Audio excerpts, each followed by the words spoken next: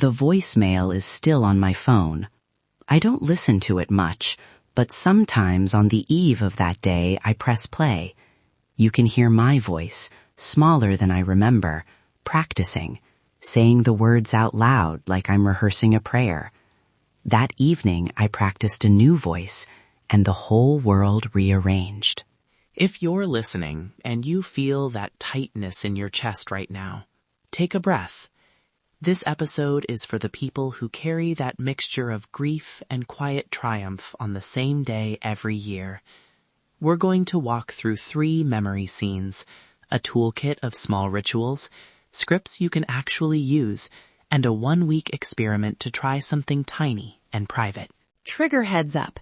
Anniversaries can bring grief or shame. You can pause, skip, or come back later. If this feels intense, please consider pausing and reaching out to an affirming friend or a mental health professional. Okay? All right. So here's the roadmap. First, I tell the hour before I told someone publicly, that trembling, silly, sacred hour. Then the silence that followed at my family's table. Then the tiny private ritual James and I now do that keeps the day from being only nostalgia. Then James will sit with me and talk about what partners can do without performing. Then the rituals, the scripts, the experiment, and the heart-to-heart. Let's go. Memory Scene 1. The hour before. I remember pacing in my little apartment, playlist on repeat, 1 song for courage, 1 for panic. I put on a shirt I rarely wore because I wanted to feel like someone who made brave choices. I said the sentence out loud to the steamed mirror. I'm dating a man. Saying it to myself felt like stepping through a threshold. My hands shook. My mouth tasted like copper. I learned this the hard way. The words are easier than the world that follows. You can say it and still feel invisible. So I practiced scripts, little safety messages in my head in case the first reactions went sideways. That was not paranoia. It was pragmatism. When I walked into the coffee shop and told a colleague, the room didn't explode like I imagined. Instead, there was this curious tilt, a person recalculating what they thought they knew about me. Her smile had a question mark in it. I remember my knees almost giving way from relief and then embarrassment.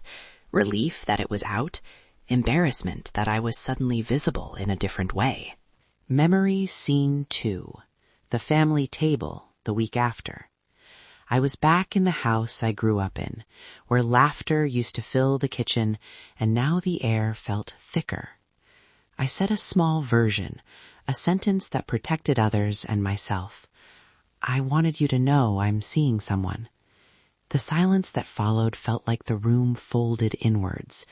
No one knew what to say, and what hurt was not only their silence, but how lonely it made me feel in front of them. That night, I lay awake cataloging losses. Imagine the holidays, conversations I was afraid to have, the sudden recalibration of expectations. I almost gave up. I wasn't ready for how many small endings came with that single beginning. Memory Scene 3. The present ritual. 11 years later, James and I have a tiny way to hold the day without performance. No balloons, no grand posts. We brew the same coffee I had that morning.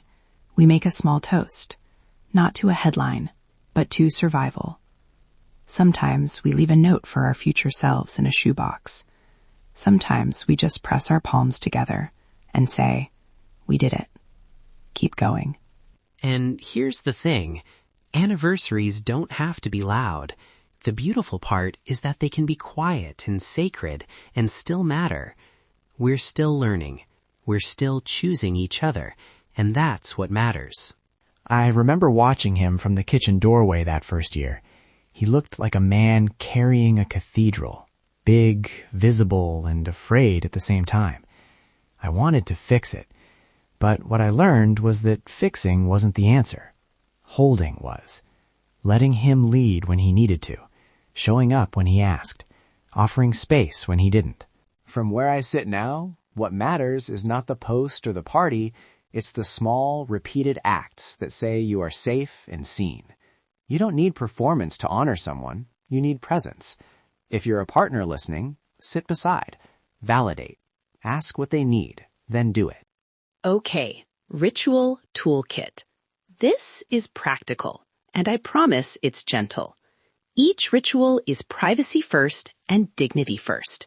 Use what fits, leave the rest. Ritual 1. The one-page letter. Write one page to your past self, the version who was scared, hidden, or exhausted. You can tuck it into a box, put it in a drawer, or safely burn it. This is for closure, not for sharing. Script to start? Dear me, I saw you survive. You were braver than you knew.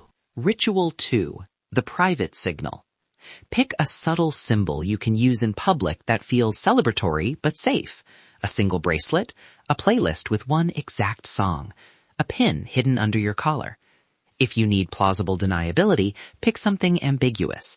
The point is a small, visible nod to yourself that says, today matters.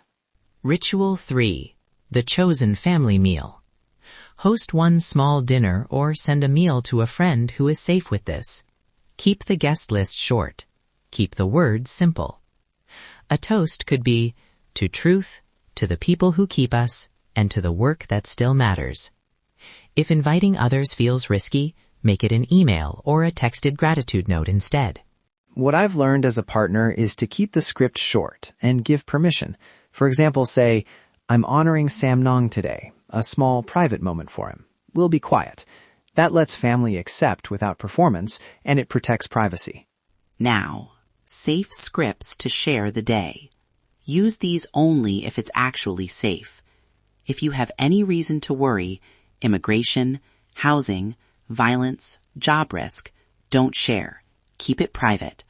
But if you want a short line, here are 3 templates. For family, I wanted to tell you that today marks the day I started living more honestly. I don't need a response, just wanted you to know. For coworkers, heads up, today is an anniversary that matters to me personally.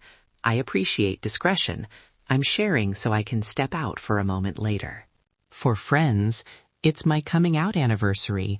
No big plans, but if you want to check in, a quick I see you would mean a lot. And remember, you don't owe anyone a timeline for your feelings. If a family member asks lots of questions, you can say, I appreciate you asking, but I don't want to talk about this now. Boundary equals safety. 1 week experiment. Pick one ritual, just one. Do it on your coming out day or sometime this week. Write 3 quick journal notes, before, during, and after. Notice any shift, relief, sadness, surprise. If you want, DM us or send an anonymous voicemail about what you tried. No performance. No need to share details you don't want to. Monday, I tuck the one-page letter into a shoebox. Wednesday, I play the private playlist while making coffee on the anniversary. Friday, I text one friend, I see you, and let that be enough. Tiny steps add up. If you're a partner trying this with someone, don't try to turn it into a social post. Ask if they want company. Offer to hold the space. Sometimes the best support is silence and a cup of coffee. Direct talk to the listener. If you're sitting in this right now, maybe alone, maybe with people who don't know, hear me. Your anniversary can be a question mark. It can be joy and it can be grief. Both can live together, and that's okay. You are not broken for feeling messy about it. I hear you. If you're afraid of reaction or loss, you are right to protect yourself. Wanting safety doesn't make you less brave. It makes you wise. Take small steps. You're worthy of celebration on your terms. Gentle professional reminder. We're not therapists. If these feelings bring up severe distress, please reach out to an LGBTQ++ affirming mental health professional or a crisis line. You don't have to carry it alone. If you try the 1-week experiment, DM us or drop a comment with "I hear you" and tell us which small ritual you'll try. You don't have to describe your whole story. A single line helps us know you're here. And if you prefer, leave an anonymous voicemail. We'll listen and hold space. Thank you for spending this time with us. Whether this is your first anniversary or your 20th, give yourself permission to be exactly where you are. We see you. We believe in you. We're Samnang and James, and this is SNJ Pride. You're not alone. We'll see you next week.